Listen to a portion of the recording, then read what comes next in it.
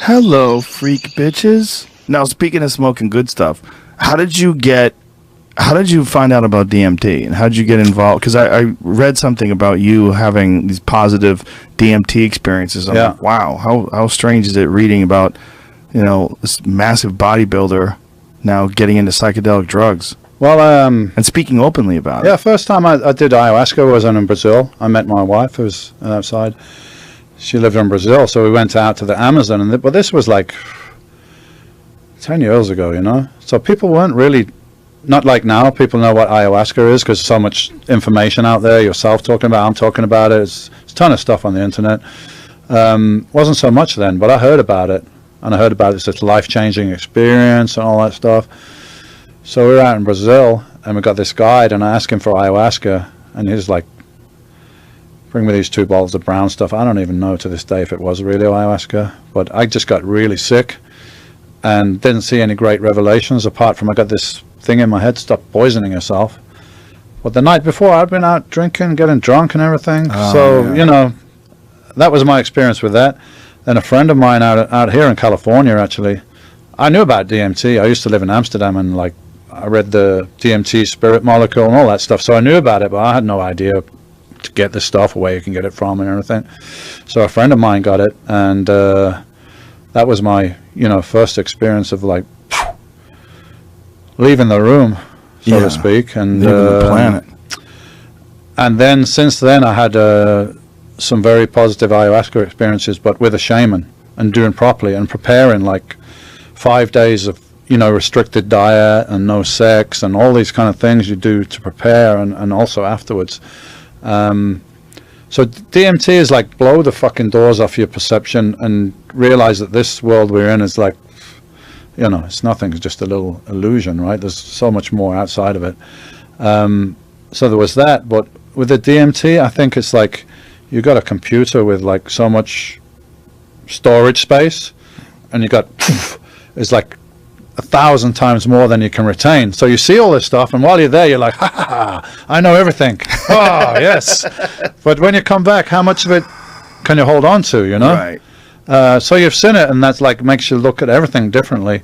But the ayahuasca is over hours, so I feel from the ayahuasca I actually benefited more. It was like going through therapy or something, because it was much slower and I could digest it, Right. So, but doing it with the shaman, I did it with a guy called Guillermo Avarello, and he's one of the top guys in the world from Peru. He comes to Spain a couple of times a year, so I did it with him.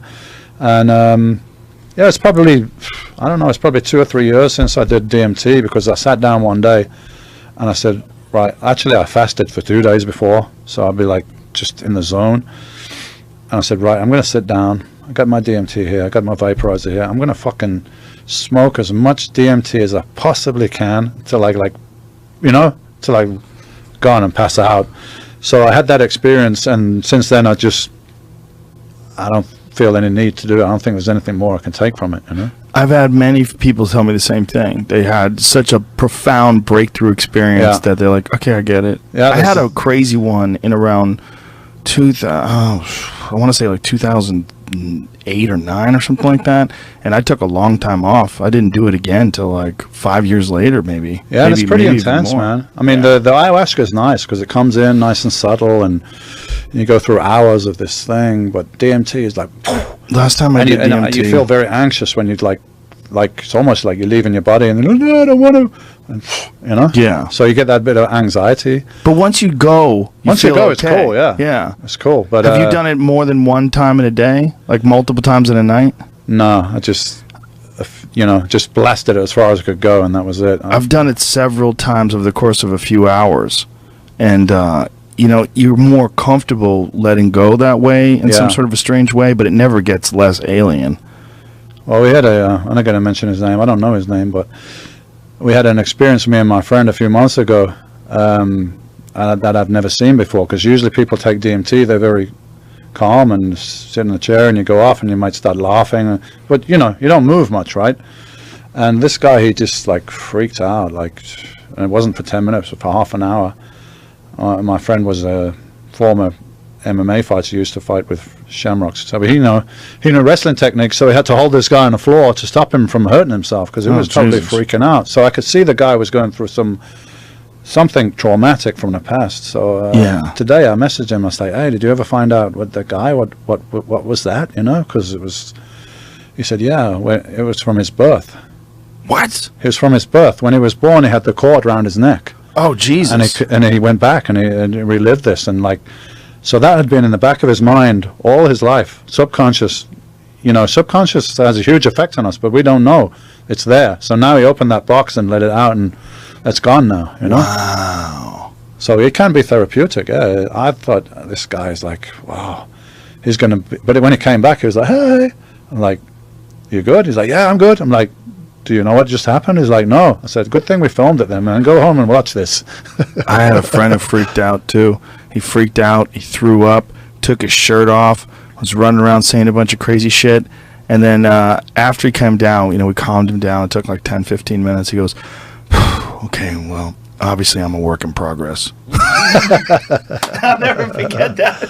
I'll never forget that statement. But did he know what it was that was troubling him so much? No. Well, he had a bad childhood, for sure. Well, everything is like, most of our shit is from there, right? Yeah. From the developing years. No, for sure. Yeah, I mean, it's, and especially like real traumatic ones, abuse, being beaten by his stepdad, and a bunch of fucked up shit that was just haunting him.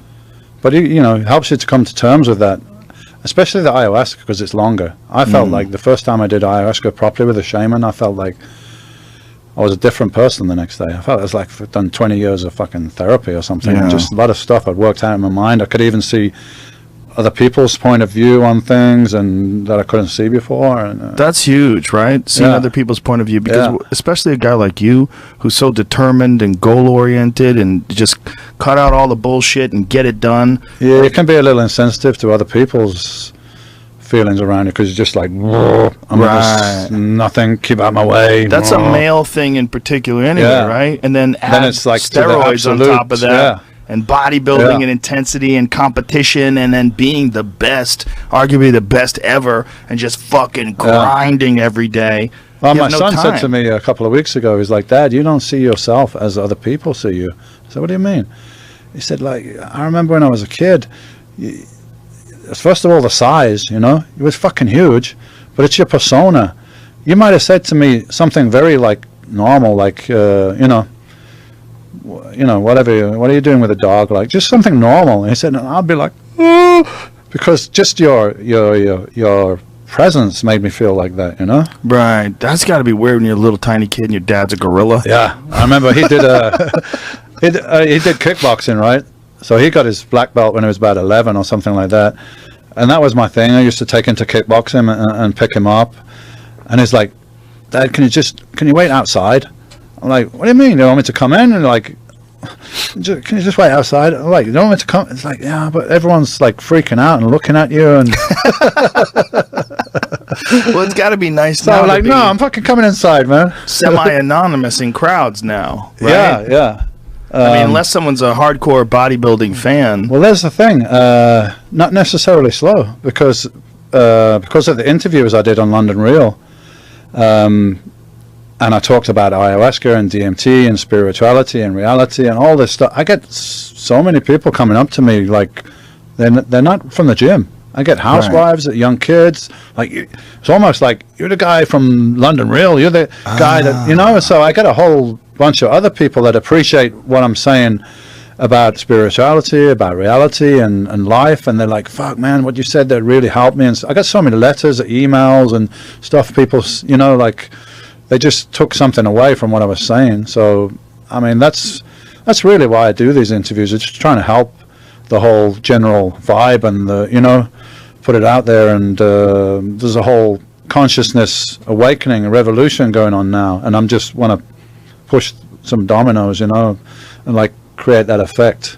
And then, if you touch one person, they touch somebody else. And it's like, the butterfly wings flap here and the other side of the world is it really tsunami or something. It does seem to be working in that regard, right? It is the time, man. It's the time. There's so many people that are more aware now than like 20 years ago. Isn't it kind of like, I mean, there's parallels to bodybuilding, right? That when Arnold first started doing it, there was very little information for hardly, and you guys got to see what they did and build upon that, and more information came out. And now, because of the internet, there's so much information, almost too much information. People now are aware more of what it's all about. Well, with psychedelics, I mean, 20, 30 years ago, there's so much ignorance and so little understanding of, and also so little understanding, especially when it comes to something as extreme as DMT. There's still a giant percentage of our population doesn't even know what it is.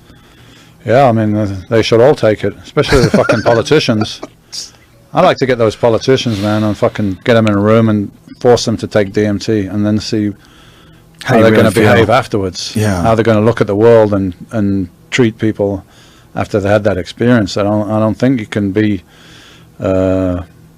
so self-centered and unfeeling as most of them are after you've had that experience. I think that any breakthrough psychedelic experience, whether it's psilocybin or LSD or DMT, they're all pretty much, ego dissolving, different road to the same place. Well, Terence McKenna used to say that DMT is the center of the mandala. The way I describe DMT is it's like mushrooms times 1,000,000 plus aliens. Yeah. And that it seems so titanically bizarre that there's, like, I've tried to describe it to people, but I always say, look, I'm going to tell, I'm going to do it, man. Yeah, I'm going to give you some bullshit words. Yeah, you can't really do it because you can't. There's no way. You don't have the words, right, to put it into words. You can attempt to. I went to this place. Well, it's not a place, but right. I don't have the word for it. The place is everywhere. Yeah, it's like, and there's colors, there's numbers, there's shapes, and people. Things, and there's like gestures. Everything is all one fucking thing. And what I noticed is like my breath was connected to it. I don't know how it happened, but I was in the trip and I went like that, and the whole thing moved. I was like, really? Let me try this then. And then the whole thing moved, and then there was music playing, and music was part of the thing as well. Like the thing. I don't even know what to call it. The thing, the place. I don't have a word, We played a bunch of these shaman Icaros. Yeah. And the shaman Icaro, this is the last time I did it. And the shaman Icaros, like, literally made the DMT images dance. Yeah. Like, they had figured out a way with these sounds and songs to integrate these beats into DMT trips. And as you would take these trips, these shamans had figured out the right sounds and songs and how to make the trip more intense and sort of guide it in a strange way. Well, that's what I had with the shaman with the ayahuasca. He comes around and he sings these acaros, and it's like changes tone, and then it goes deeper bass in his chest, and it's like it becomes part of it, And I was even moving involuntarily. My arms was going up, my body was moving, and it's like, I'm not doing this. I don't even know how it's happening. It's like somebody's picking my arms up and moving. I was, started dancing around with this, becoming part of this rhythm. Wow. I had experience once, one of the first times I ever did DMT, where I saw the difference between negative and positive thinking. Like, I started thinking negative, and there was all this, like, black and dark green and, like, these threatening shapes and colors. And then something recognized what was going on in my brain, that these shapes and images were connected to negative thinking, and I relaxed, and the shapes kind of like settled down, and then I started thinking positive. Like, I heard all these like expressions of love, but like you're hearing it but you're not really hearing it. It's like the thoughts are getting into your head, like someone's trying to say it without using words.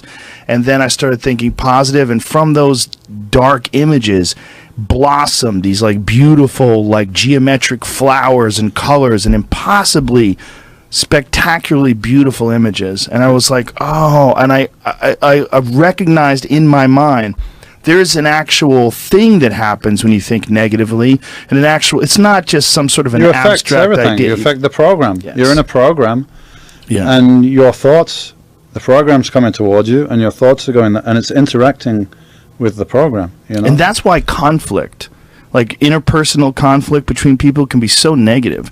It's not just as simple as you and some person getting into an argument.